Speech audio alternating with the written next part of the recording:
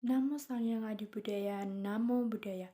Saya Sri Kasanova Bruginting. Di sini saya ingin menceritakan tentang riwayat hidup Buddha Gotama semasa berkeluarga. Pada zaman dahulu, daerah Mazimah, desa atau daerah tengah dari Jabudvipa, sekarang itu India, dihuni oleh suku bangsa Arayika yang datang dari utara pegunungan Himalaya. Raja Sudodana dan Ratu Mahamaya sudah lama menikah, namun mereka belum juga memperoleh anak yang mereka dambakan. Sampai pada suatu waktu, Ratu Maya sudah mencapai umur 45 tahun. Sewaktu tidur, Ratu Maya bermimpi yang aneh sekali. Ratu bermimpi bahwa ada 4 orang dewa yang mengangkat dan membawanya dan meletakkannya di bawah pohon salad di lereng. Kemudian, para istri dewa memandikannya di danau Anota. Selanjutnya, ratu dipimpin masuk ke sebuah istana emas dan direbahkan di sebuah dipan. Di tempat itulah seekor gajah putih membawa sekuntum bunga teratai di belalainya dan memasuki kamar, memutari dipan sebanyak 3 kali untuk memasuki perut Ratu Maya dari sebelah kanan. Ratu Maya memberitahu mimpinya kepada raja, dan raja memanggil para Brahma untuk menanyakan arti mimpi tersebut. Para Brahma mengatakan bahwa ratu akan mengandung seorang bayi laki-laki yang kelak akan menjadi seorang Buddha. 10 bulan kemudian, di bulan Waisak, ratu melahirkan di Taman Lumbini yang indah sekali. Para dayang-dayang dengan cepat membuat tirai di sekeliling ratu. Ketika itu, tepat purnama Sidi di bulan Waisak tahun 623 sebelum Masehi, bayi itu kemudian berdiri tegak dan berjalan 7 langkah di atas 7 kuntum bunga teratai ke arah utara. Setelah berjalan, bayi itu mengucapkan kata-kata sebagai berikut. Akulah pemimpin dalam dunia ini. Akulah tertua dalam dunia ini. Akulah teragung dalam dunia ini. Inilah kelahiranku yang terakhir. Tak akan ada lahir lagi. Seorang petapa yang bernama Asita sewaktu bermeditasi di pegunungan Himalaya diberitahukan oleh para dewa bahwa telah lahir seorang bayi yang kelak akan menjadi Buddha.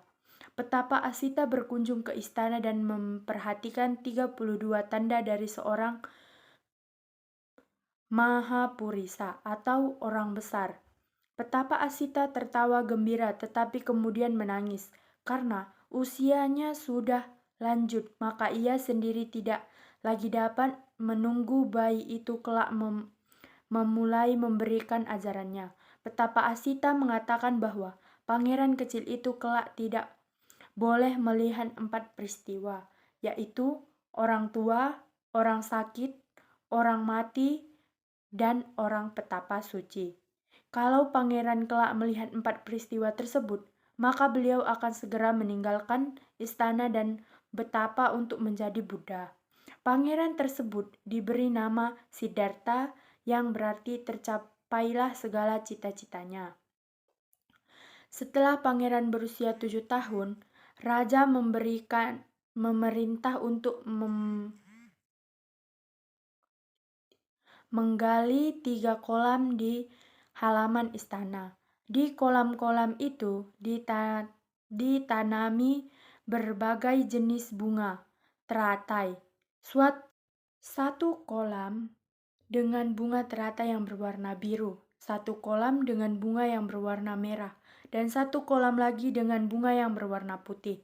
Selain 3 kolam tersebut, raja juga memesan wangi-wangian, pakaian, dan tutup kepala dari negara Kasi, yang waktu itu terkenal karena menghasilkan barang-barang tersebut dengan mutu yang terbaik. Pelayan-pelayan diperintahkan untuk melindungi pangeran pergi baik siang maupun malam hari, sebagai lambang dari keagungannya. Setelah tiba waktunya untuk bersekolah, raja memerintah seorang guru bernama Wiswamita untuk memberikan pelajaran kepada pangeran dalam berbagai ilmu pengetahuan. Ternyata pangeran cerdas sekali. Semua pelajaran yang diberikan dengan cepat dapat dipahami sehingga dalam waktu singkat tidak ada lagi hal-hal yang dapat diajarkan kepada pangeran kecil. Sejak kanak-kanak, pangeran terkenal sebagai anak yang penuh kasih sayang terhadap sesama makhluk hidup seperti terlihat dari kisah di bawah ini.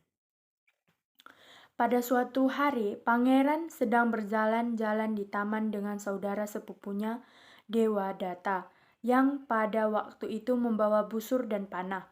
Dewa Wata melihat serombongan belibis hutan terbang di atas mereka. Dengan cekatan, Dewata mendidikkan panahnya dan berhasil menembak jatuh seekor belibis. Pangeran dan Dewata berlari-lari ke tempat belibis itu jatuh. Pangeran tiba terlihat dahulu dan memeluk belibis itu yang ternyata masih hidup. Pangeran dengan hati-hati dan penuh kasih sayang mencabut panah dari sayap belibis tersebut. Kemudian meremas-remas beberapa lembir daun hutan dan dipakaikan sebagai obat untuk menutupi luka bekas kena anak panah. Dewata meminta agar belibis tersebut diserahkan kepadanya karena ia yang menembaknya jatuh. Namun pangeran tidak memberinya dan mengatakan, "Tidak, belibis ini tidak akan aku serahkan kepadamu. Kalau ia mati, maka ia benar adalah milikmu. Tetapi sekarang ia tidak mati dan ternyata masih hidup. Karena aku yang menolongnya, maka ia adalah milikku." Dewata tetap menuntutnya dan pangeran tetap pada pendiriannya dan tidak mau menyerahkannya.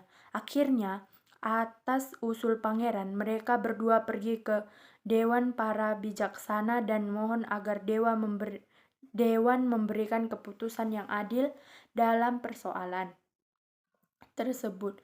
Setelah mendengar keterangan-keterangan dan penjelasan-penjelasan dari kedua belah pihak, Dewan lalu memberikan keputusan sebagai berikut. Hidup itu adalah milik dari orang yang mencoba menyelamatkannya. Hidup tidak mungkin menjadi milik dari orang yang mencoba menghancurkannya. Karena itu, menurut norma-norma keadilan yang berlaku, maka secara sah, belibis harus menjadi milik dari orang yang ingin menyelamatkan jiwanya, yaitu Pangeran Siddhartha. Sewaktu pangeran berusia 16 tahun, raja memerintah untuk membuat 3 buah istana yang besar dan indah. 1 istana untuk musim dingin dan 1 istana untuk musim panas, 1 istana untuk musim hujan. Raja mengadakan sayembara di mana berbagai ilmu peperangan dipertandingkan dalam sayembara itu.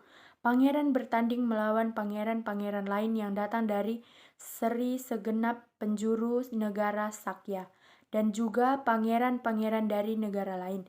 Dengan mendapatkan sambutan yang meriah sekali dari para hadirin, pangeran dinyatakan sebagai pemenang mutlak dari sayembara tersebut. Sebuah pesta besar yang diselenggarakan dan dihadiri kurang lebih dari 40.000 gadis cantik. Pangeran memilih gadis yang bernama Yasodhara. Setelah menikah, Pangeran Siddhartha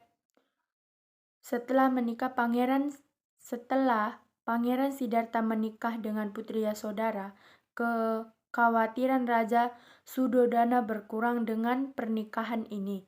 Raja maka berharap pangeran akan lebih dekat kepada hal-hal duniawi. Apabila ada dayang-dayang yang sakit, maka dayang itu akan segera disingkirkan.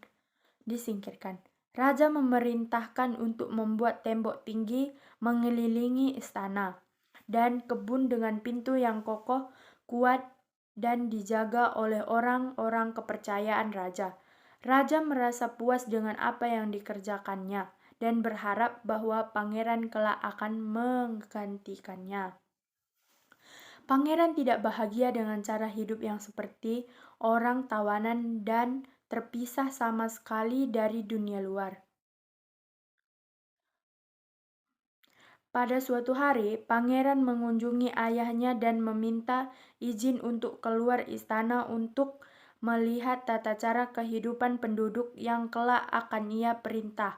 Sewaktu pangeran sedang berjalan di kota, dengan tiba-tiba seorang tua keluar dari sebuah gubuk. Pangeran juga melihat seorang yang sedang merintih-rintih dan berguling di tanah dengan kedua tangan memegang perutnya. Sewaktu pangeran mengunjungi Kepilawatu untuk keempat kalinya di sebuah taman, pangeran berhenti dan duduk istirahat di pohon jambu. Tiba-tiba pangeran melihat seorang petapa berjubah kuning dengan membawa mangkuk di tangannya. Tidak lama kemudian, datanglah dayang-dayang yang khusus mencari pangeran untuk memberitahukan bahwa Putri Yasodhara telah melahirkan bayi laki-laki yang sehat. Mendengar berita ini, pangeran bukannya bergembira, tetapi mukanya justru menjadi pucat. Pangeran mengangkat kepalanya menghadap langit yang tinggi dan kemudian berkata, "Satu jerat telah terlahir, satu ikatan telah terlahir." Karena ucapan ini, maka bayi yang baru lahir kemudian diberi nama Rahula. Tidak lama kemudian, datanglah dayang-dayang yang khusus mencari pangeran untuk memberitahu bahwa Putri Yasodhara.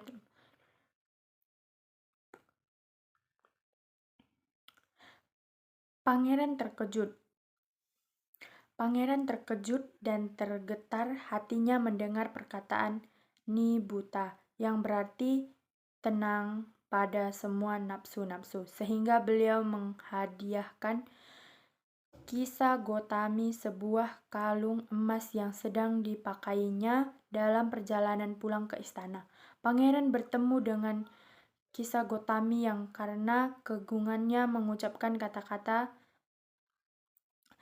"Tenanglah ibunya, tenanglah ayahnya, tenanglah istrinya yang mempunyai suami seperti Anda." Pangeran terkejut dan hatinya.